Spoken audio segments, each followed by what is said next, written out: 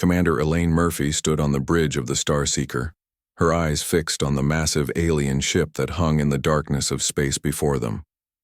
After 3 years in deep space, humanity had finally made contact with an intelligent alien species, the Verlexians.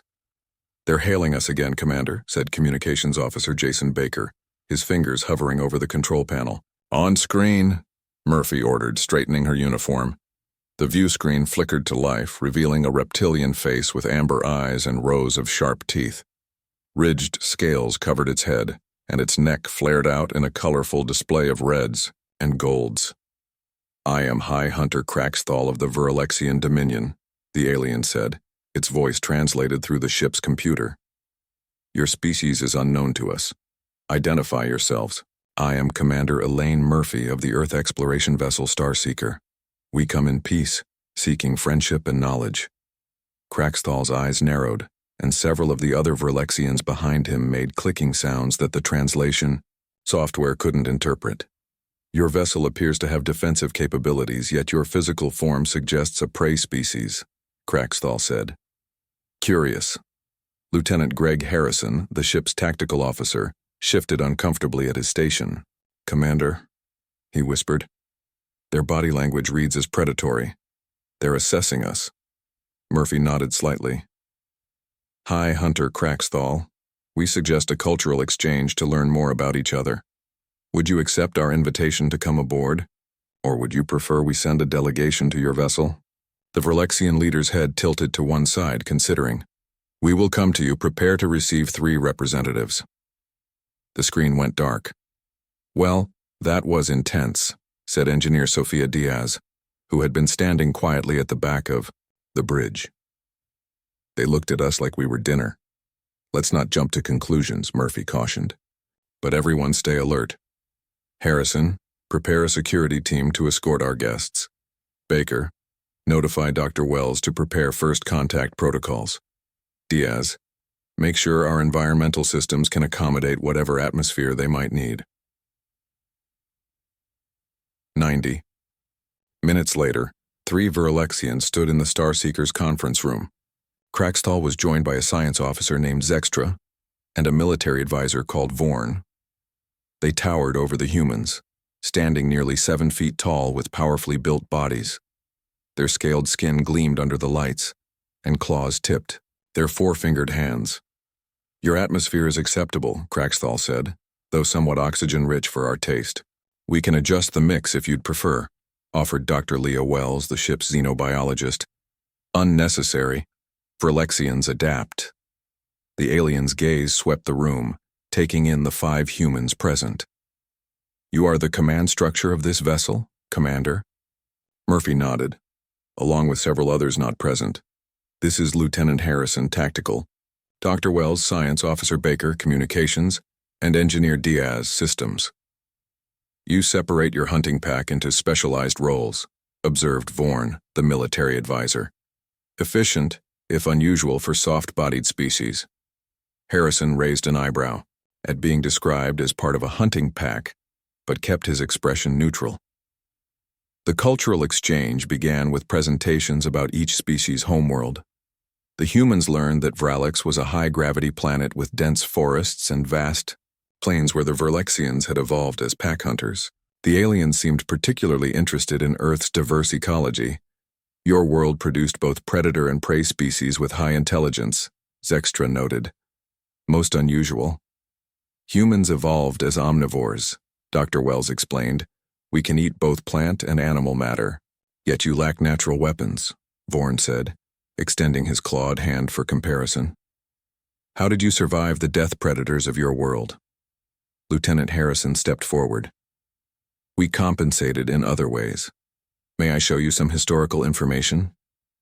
With Murphy's approval, Harrison displayed videos showing human history, from early tribal hunters working together to bring down much larger prey to modern military training exercises. The Verlexians watched with increasing intensity. When footage showed marathon runners competing in extreme heat, Craxthal made a low hissing sound.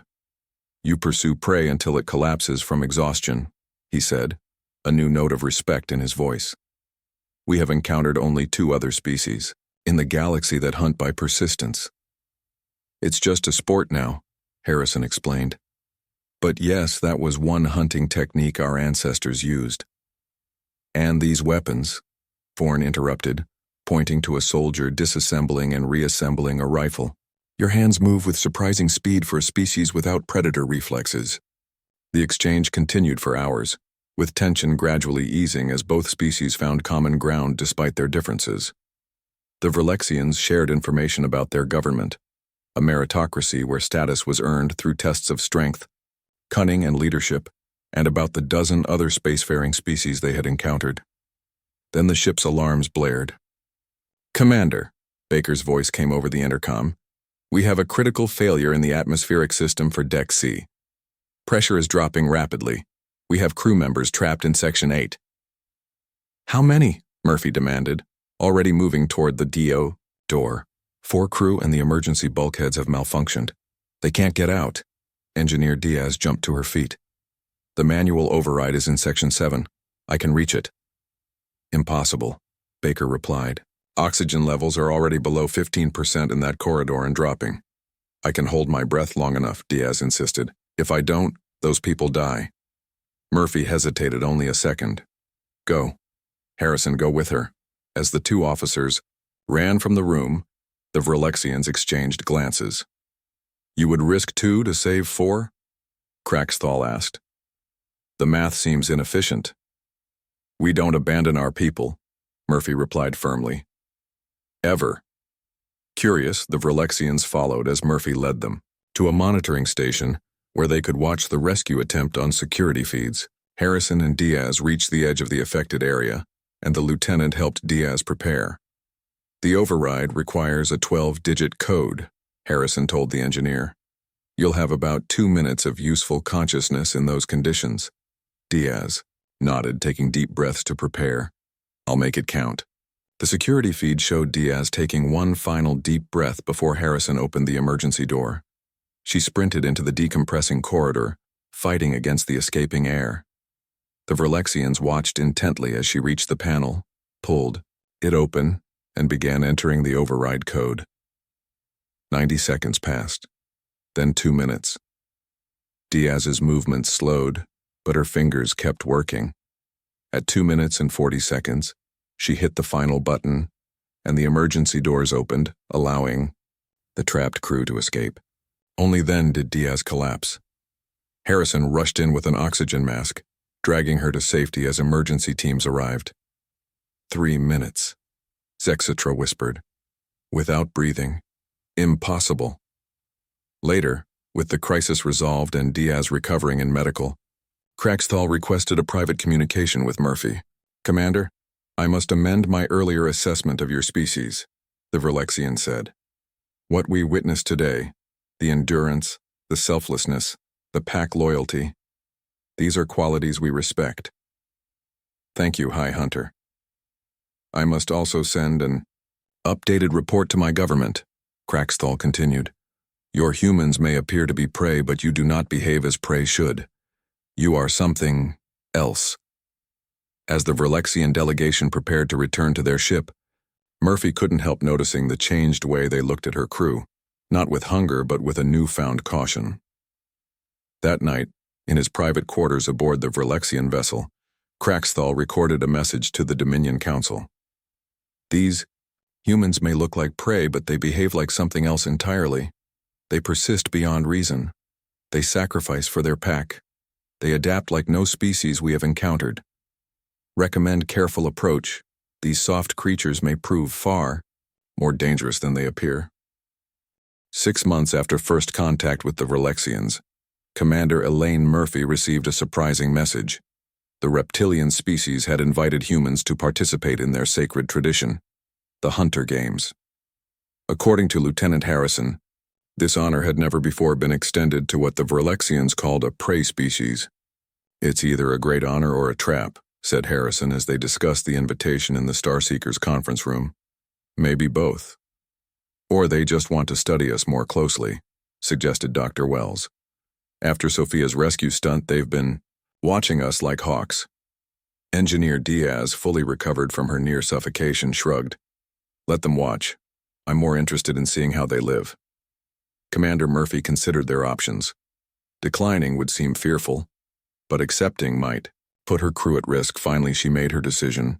We accept, but with conditions. We select our own team, bring our own equipment, and maintain communication with the Starseeker at all times.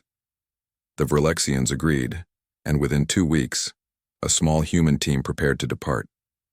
Murphy selected Tactical Officer Major Alan Wright, Xenobiologist Dr. Olivia Barnes, and Survival Specialist Kyle Simmons to represent humanity in the games. Remember, Murphy told them during their final briefing, this isn't just about winning, it's about understanding them and showing them who we really are. The team traveled aboard a Verlexian transport ship to Rekthor, a jungle world that the aliens use specifically for their ritual competitions. From orbit, Dr. Barnes observed that the planet had higher oxygen levels than Earth and extremely dense vegetation covering most of its surface. It's beautiful, she said, looking at the swirling blue-green patterns of the jungles below. It's also home to some of the most dangerous predatory species in this sector, added High Hunter Craxthal, who had personally escorted the human team. Even Verlexians must be cautious here. Upon landing, the humans were taken to a sprawling complex where representatives from 6 different species had gathered. Some were reptilian like the Verlexians, others insectoid or mammalian in appearance, but all shared one trait. They were all evolved from predator species. Major Wright noticed immediately that the other competitors were watching the humans with curiosity and, in some cases, amusement. They think we're a joke, he whispered to Simmons. They don't believe we belong here. Good, replied the survival specialist. Let them underestimate us. During the opening ceremony, the humans discovered they had been classified as special participants in the games. The first challenge would begin at dawn, a 50-mile race through the jungle to reach a sacred temple. Each team would start from a different point, and the use of weapons was permitted only for defense against the planet's wildlife. That night, Dr. Barnes studied the flora and fauna data provided by their hosts. There's something odd here, she told her teammates. Most of the predators on this world rely on ambush tactics and short bursts of speed. Almost none of them are persistence hunters. Like Earth's big cats versus humans, Simmons nodded. They sprint, we marathon. Exactly, Barnes said. And look at the terrain maps. The temperature will reach 95 degrees in the central jungle by midday. Major Wright smiled slowly. Hot, humid conditions. Difficult terrain. The need to pace yourself over a long distance. These games just became very human-friendly. Simmons finished. At dawn, the human team began their journey from their assigned starting point.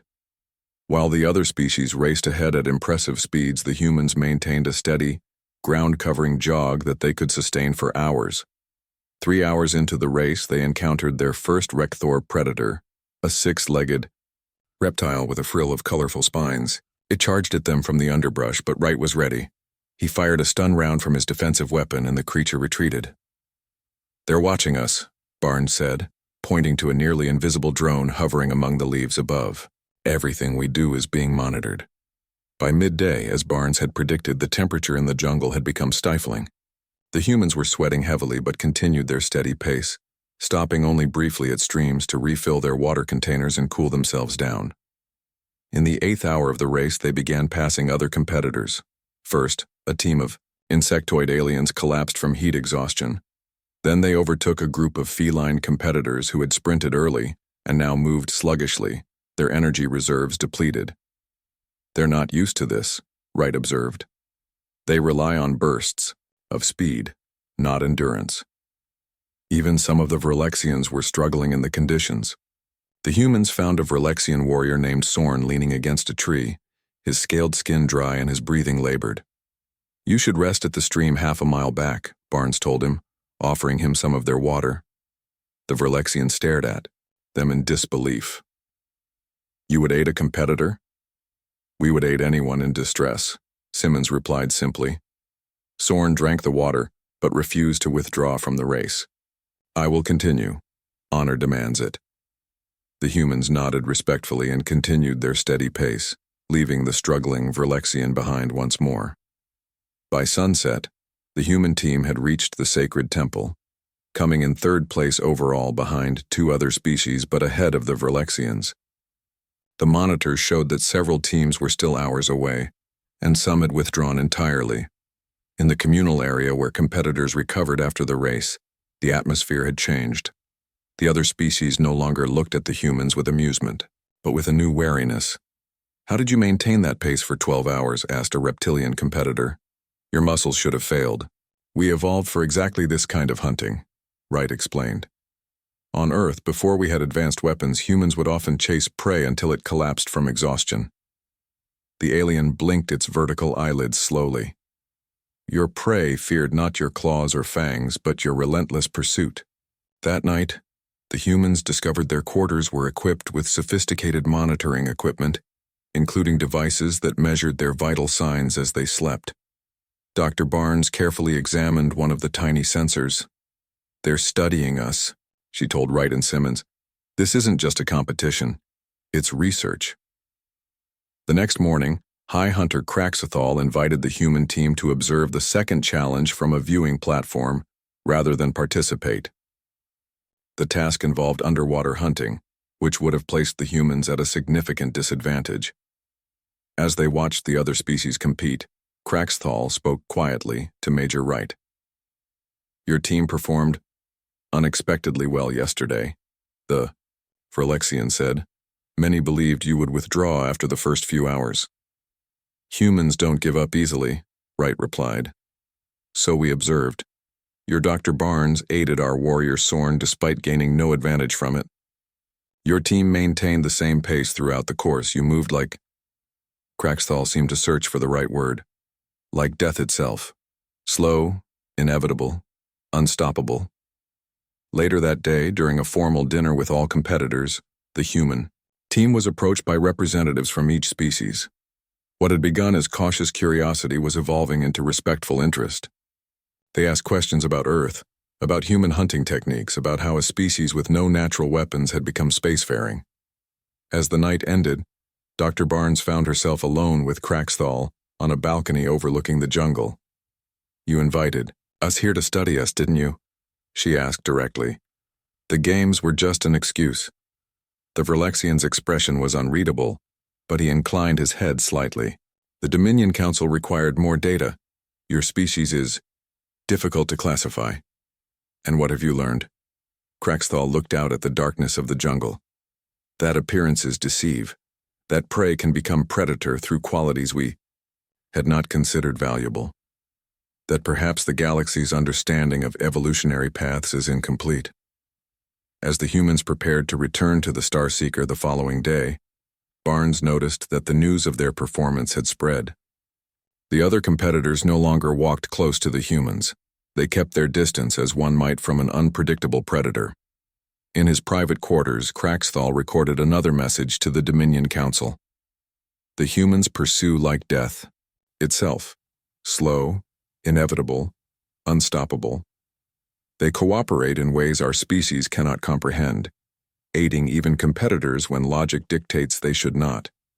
Most concerning of all, they adapt to challenges not through genetic evolution as we do, but through immediate behavioral changes. I recommend we recognize them as an emerging power and approach with appropriate caution." 1 year after the Hunter Games, the diplomatic team aboard the Starseeker received an unexpected transmission. Earth had been invited to send representatives to the Galactic Conclave, a gathering of the 12 most powerful species in the known galaxy. No new species had been invited to join in over a century. Ambassador Paul Nguyen read the invitation twice, hardly believing it. "They're actually inviting us to sit at the table with the major powers," he said to Commander Murphy. "This is happening much faster than anyone expected." "The Verlexians must have put in a good word for us," Murphy replied.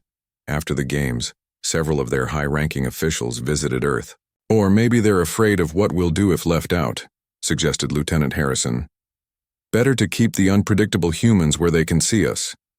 Whatever the reason, Earth's government quickly assembled a diplomatic delegation.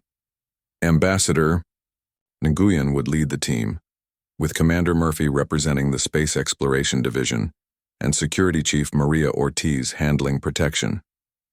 The Starseeker would transport them to the massive space station Concordia, where the conclave would be held. As they approached the station, even the experienced crew of the Starseeker fell silent. Concordia was enormous, a spinning wheel of metal and light that housed representatives from dozens of worlds.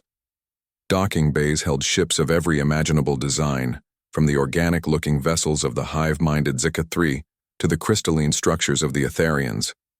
"It's like the United Nations on a galactic scale," Nguyen whispered as they docked.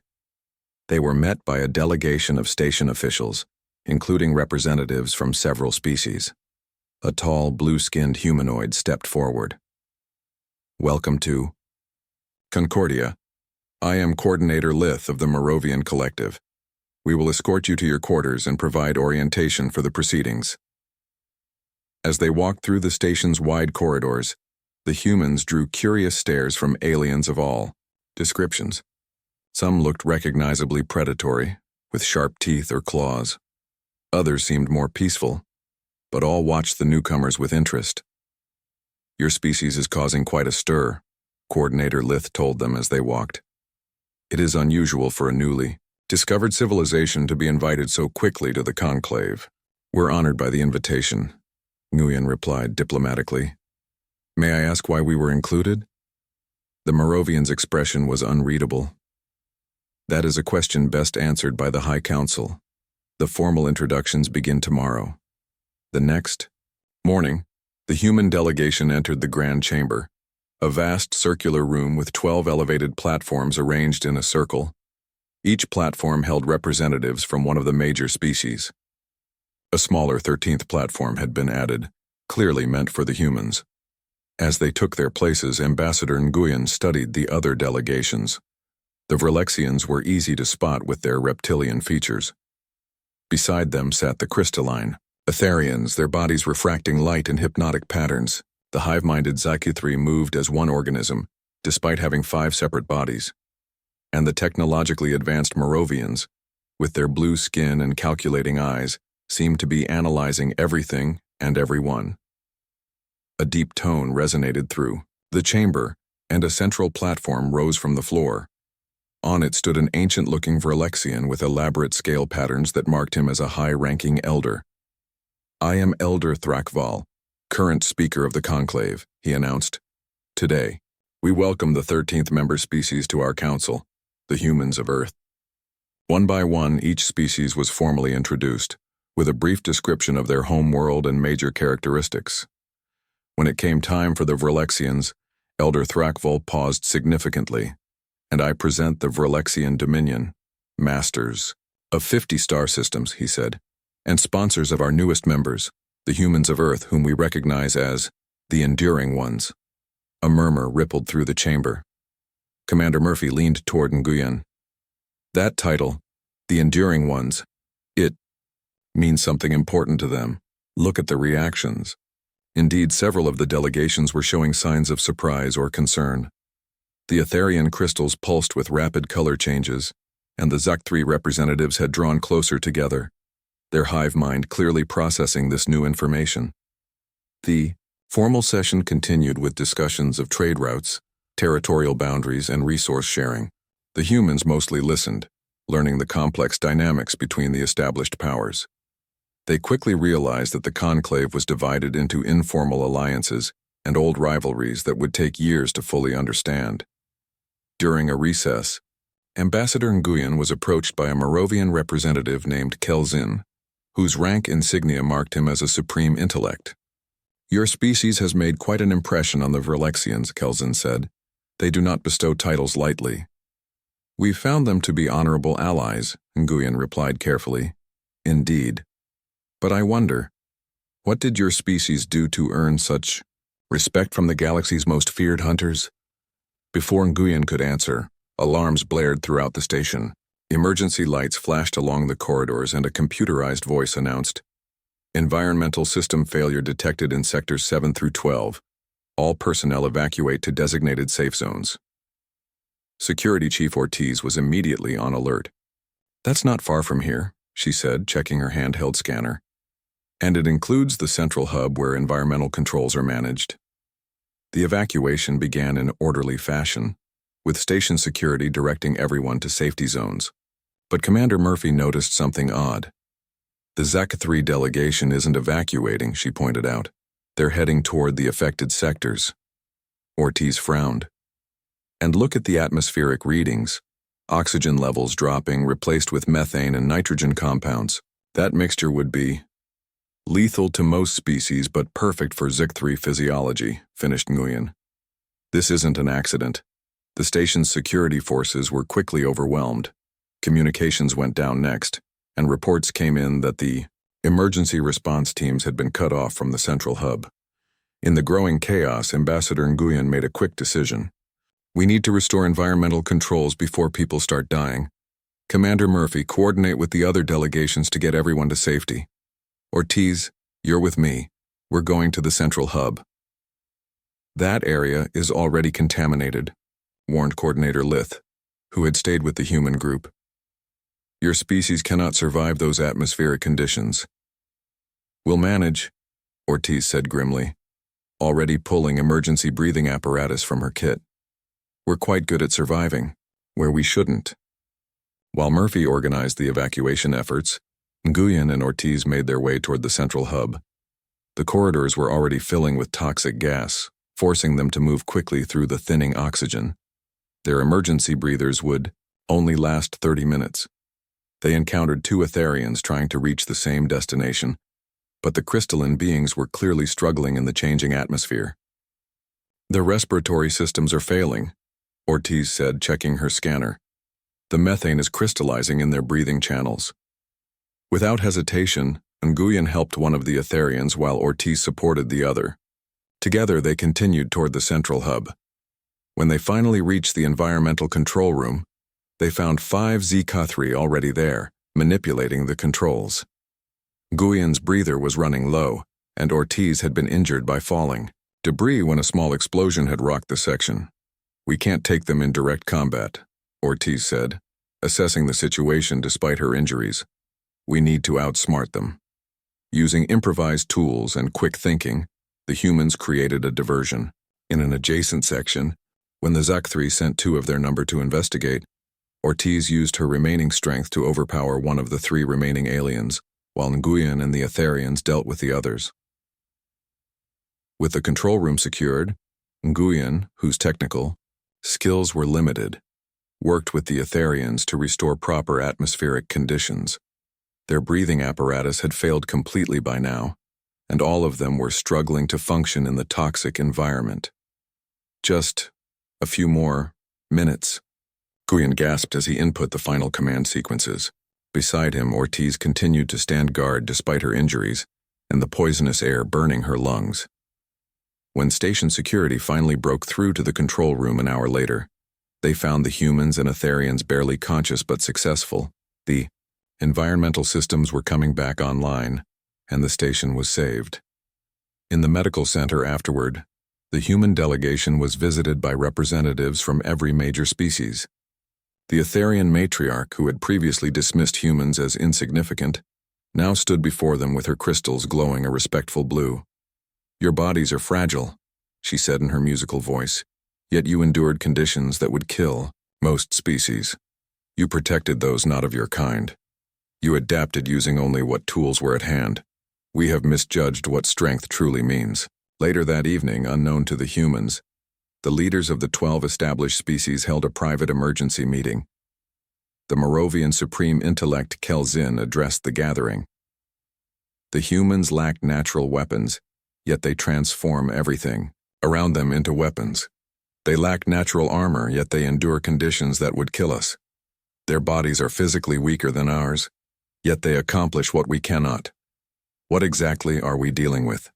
6 years after first contact, humanity had become a major power in the galaxy.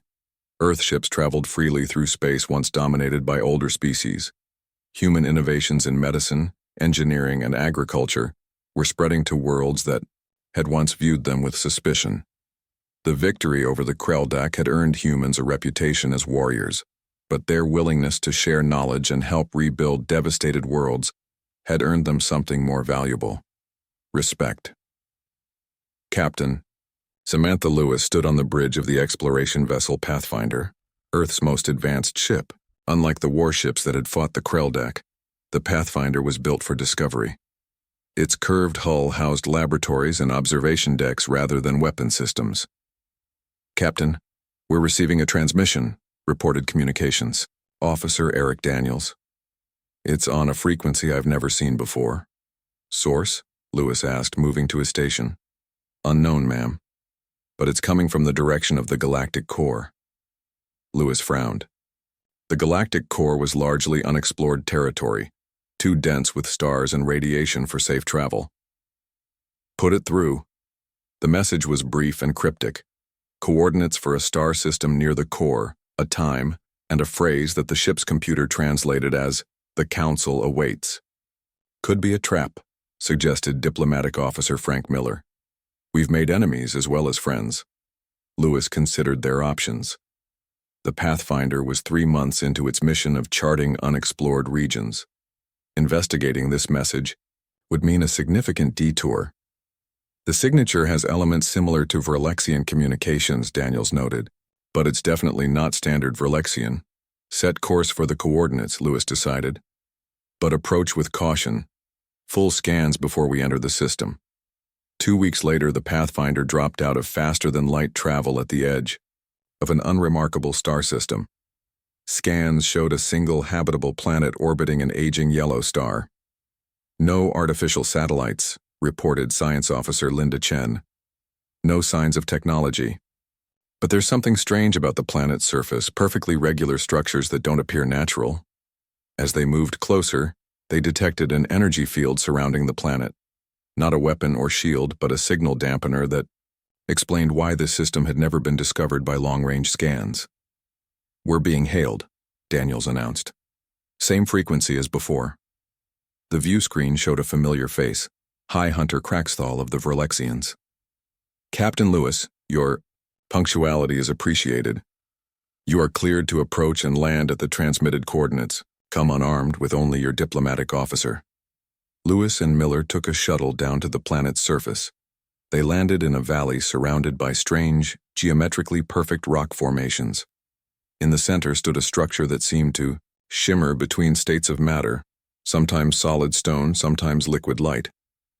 Craxthal waited for them at the entrance. "Few humans have seen this place," he said by way of greeting. "You are the first to be invited inside." The interior was vast, far larger than the outside suggested possible. Representatives from dozens of species stood in concentric circles around a central platform. Lewis recognized some from her studies. The Verlexians, Etherians, and Moravians were present, but many others were unknown to her, clearly from parts of the galaxy humans had not yet explored. "What is this place?" Miller asked, his diplomatic training barely hiding his awe. "This is the Predators' Council," Craxthal explained. "For millions of years we have gathered here to maintain balance among predator species and manage the development of prey species throughout the galaxy." "And you're revealing this to us now because—" Lewis let the question hang in the air. "Because humanity does not fit our classifications," came a voice from behind them. A Moravian stepped forward, older than any Lewis had seen before. His blue skin faded to almost white. "I am Elder Zinthar. The Council has been observing your species with concern." The central platform illuminated, displaying a holographic model of Earth. "Your world produced something the galaxy has never seen," continued the Moravian.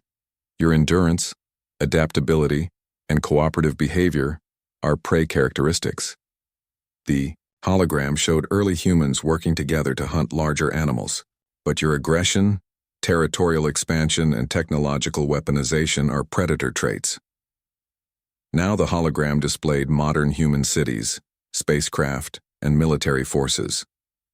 "You evolved on a world where you were neither absolute predators nor helpless prey," added Craxthal. "You were both simultaneously, and that has made you something new in our galaxy." Miller's diplomatic instincts kicked in. If we're so concerning to you, why reveal yourselves now? Why not when we first reached space? An Etherian crystal being floated forward, its facets shifting colors as it spoke. Because of the Kreldak. When they invaded, many on this council expected your species to fall or, at best, defend only your homeworld. Instead, Craxthal continued, you not only repelled them but immediately launched campaigns to liberate other worlds. Prey species do not do this. Even most predator species would have consolidated their defenses after such an attack. The central hologram now showed human ships arriving at conquered worlds, bringing supplies and weapons to help local resistance movements. The Council has existed for millions of years, said Elder Zinthar. We have guided the evolution of countless species, but humanity evolved outside our influence, taking a path we had not foreseen. Lewis studied the gathered representatives.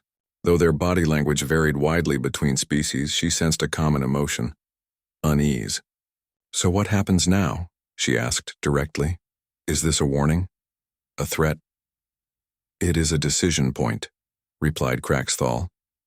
Some members of this council believe humanity should be contained before you grow too powerful. Several of the alien representatives shifted forward slightly, clearly agreeing with this position. Others, Craxthal continued, myself included, see another possibility. The central hologram changed again, showing images from beyond the galaxy's edge, vast, dark shapes moving between the stars. There are threats from beyond our galaxy, explained Elder Zinthar. Ancient predators that even this council fears. Perhaps humanity's unique evolutionary path, being both predator and prey, has prepared you to help us face these threats. We need to vote, announced a massive being from the back of the chamber. As is tradition, what followed was unlike any diplomatic proceeding Miller had ever witnessed. Each species representative approached the central platform and placed an object upon it, some technological, others organic, but each clearly significant to its culture. When the last object was placed, the platform glowed with intense light, then resolved into a single symbol that Lewis couldn't read. It is decided, Elder Zinthar announced. Humanity is classified as emergent apex, acknowledging your potential to surpass even the oldest predator species. But rather than containment, the Council proposes alliance. Craxthal stepped forward. This classification has not been used in 12 million years. It marks a species that is evolving into something new, something that may change the balance of the galaxy. And that doesn't frighten you? Miller asked. It terrifies us, admitted the Verlexian with surprising candor. But what frightens us more are the things that wait between galaxies. And against those, we may need precisely what humanity offers, a species that combines the strength of predators with the resilience of prey. As Lewis and Miller prepared to return to the Pathfinder, Elder Zinthar offered them one final insight. Throughout the galaxy, predator species fear very little. We have evolved to be the hunters, not the hunted. But there is one thing even apex predators instinctively fear: a prey animal that stops running and instead turns to fight with unexpected ferocity. That is humanity's gift and burden. You never learned when to surrender, and that makes you both valuable and dangerous, beyond measure. Back aboard the Pathfinder, Captain Lewis recorded her report for Earth Command. She carefully described the Predators' Council, their millions of years of history, and their unexpected offer of alliance. But she ended her report with a personal observation. We've spent our history looking up at the stars and wondering if we're alone or if there are monsters in the dark.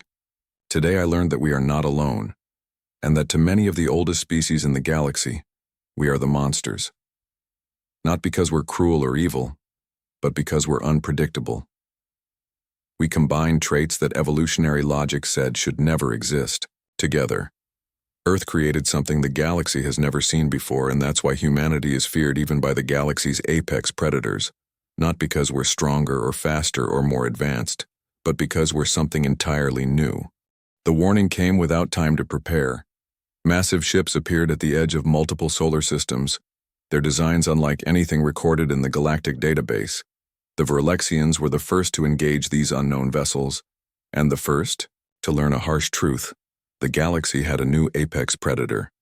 They called themselves the Kreldak, reported Admiral Justin Cole during an emergency meeting at Earth's Defense Command. According to the Verlexian distress signals, they evolved on a world with gravity 3 times that of Earth. Their natural armor can withstand most energy weapons. Defense Director Vanessa Rivera studied the holographic displays showing the invaders' rapid advance through 3 star systems. The Verlexians are falling back? I thought they were the most militarily powerful species in our sector. They were, Cole replied grimly. Until now. Reports from across the galaxy painted a disturbing picture. The Kreldak were methodically conquering world after world, using their physical superiority and advanced weaponry to overwhelm defenders. Even the mighty Verlexians were in retreat, their hunter instincts recognizing a superior predator.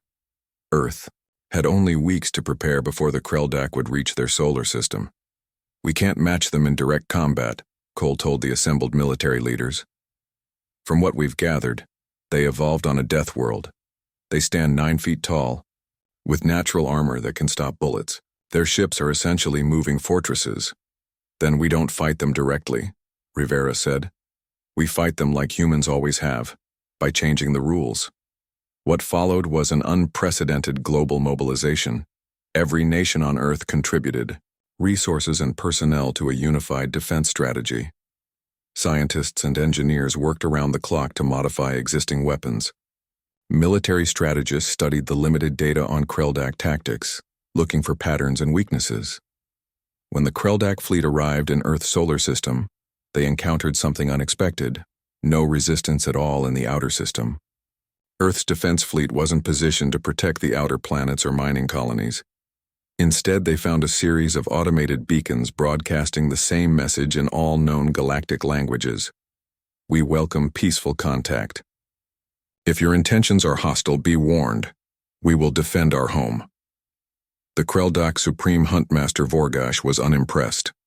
From his command ship, he studied the blue planet that was their target. A soft world for a soft species, he told his commanders. They hide behind words when they should prepare for death. The Kreldak fleet moved inward, expecting the humans to make a desperate stand at their moon, or perhaps in high orbit around Earth itself. Instead, they encountered only more automated warnings and minimal defensive platforms that were easily destroyed. They flee before fighting? Vorgash growled, his armored hide flexing with disappointment. I expected more from the species that concerned the Verlexians. It wasn't until the Kreldak ships entered low Earth orbit that they finally encountered resistance, but not in the form they expected. Rather than a centralized defense fleet, Earth had deployed thousands of small, maneuverable craft. These ships didn't attempt to match the Kreldak vessels in firepower. Instead, they darted between the larger ships, deploying a strange array of devices. What are they doing? Demanded Vorgash, as he watched the human ships scatter before his fleet's advance. This is not combat. This is pest behavior. He soon learned that pest behavior could be extremely effective. The devices attached to his fleet's hulls began to heat up, releasing carefully engineered compounds that reacted with the Kreldak ship's outer armor. The compounds didn't damage the armor directly. Instead, they changed its thermal properties, causing it to absorb and retain solar radiation. As the ships orbited Earth, passing between night and day, the thermal stress began to create microscopic fractures in the previously impervious armor. They attack our ships not with weapons but with science, hissed the Kreldak engineering officer. The armor weakens with each orbit. Still confident in their superiority, the Kreldak launched their ground invasion. Thousands of drop ships descended toward major population centers carrying warriors eager for conquest. They expected the soft humans to flee in terror from their natural weapons and imposing size. Instead, they found empty cities. The humans had evacuated their populations not into bunkers, but into vast underground transportation networks, wilderness areas, and dispersed rural communities, all according to a plan that had been practiced and refined for decades. Where is the enemy? demanded a Kreldak ground commander named Drakvor. How can we conquer what we cannot find? The answer came in the form of asymmetric warfare on a global scale. Human resistance fighters emerged from hidden positions to strike at Kreldak forces, then disappeared before retaliation could be organized. They didn't target the invaders directly. The humans had quickly learned that Kreldak natural armor made frontal assaults suicidal. Instead, they targeted support systems, communication relays, and supply chains. In orbit, engineer Peter Wong led a team that had made a critical discovery. The Kreldak armor has a resonant frequency, he explained to Admiral Cole over a secure channel. Hit it with the right acoustic pattern and it becomes brittle. Modified sonic weapons were quickly deployed to ground forces. The Kreldak, who had evolved to withstand immense physical pressure, had never developed defenses against sound-based attacks that exploited their armor's molecular structure. When a captured Kreldak commander was brought before Defense Director Rivera, the alien seemed genuinely confused. You were supposed to fight like the others, the commander said, his translated voice betraying frustration. Head on, force against force, predator against predator. Instead, you fight like no species we have encountered. We fight to win, Rivera replied simply. Not to look impressive while losing. You fight like prey but think like predators, the Kreldak said, studying the human with its multiple compound eyes. There is no evolutionary template for your kind. As the second week of the invasion passed, the Kreldak found themselves in an unprecedented situation. They were losing. Their ships in orbit were increasingly vulnerable as the human-engineered compounds continued to weaken their armor. On the ground, their forces were being isolated and defeated in detail by an enemy that refused to mass for conventional battle. Supreme Huntmaster Vorgash faced a decision no Kreldak leader had made in their 1,000-year expansion. Whether to retreat. These humans, he told his war council, they should have broken by now. Any rational species would surrender when faced with superior force. They are not rational by our standards, replied his chief strategist. They adapt, too, quickly. Each tactic we employ is effective only once before they develop a counter. They share information globally in real time, allowing their entire species to learn from each encounter. Vorgash made his decision. We will withdraw to consolidate our forces. The human problem requires more study. But even retreat proved difficult. The human fleet, which had seemed so insignificant at first, now harried the Kreldak ships as they attempted to leave Earth orbit. With their armor compromised, the once invulnerable vessels suffered damage with each engagement. When the last Kreldak ship limped out of the solar system, humanity celebrated, but their leaders understood that this was just the beginning, not the end. They'll be back, Admiral Cole told the Global Defense Council, and they won't make the same mistakes twice. Neither will we, replied Rivera. But more importantly, we won't wait for them to return. The Kreldak have been conquering other worlds, worlds whose peoples couldn't adapt as we did. They need our help. Within a month, Earth launched its first liberation fleet. Humanity, which had barely joined the galactic community, was now leading a counter-offensive against the galaxy's newest apex predator. Ships bearing the Earth Defense Force emblem arrived at conquered worlds, bringing with them the tactics and technologies that had driven the Kreldak from Earth. In the galactic conclave, the news of humanity's success against the Kreldak was met with stunned silence, followed by intense debate. The Moravian Supreme Intellect articulated what many were thinking. The humans have accomplished in weeks what our combined forces could not in months. They didn't just defend their world, they've taken the fight to the enemy. We must reconsider everything we thought we knew about this species. Even the Verlexians, who had been the first to recognize humanity's potential, seemed unsettled by how quickly their prediction had been validated. We knew they were dangerous, High Hunter Craxthal admitted to the conclave. We did not know they were this dangerous,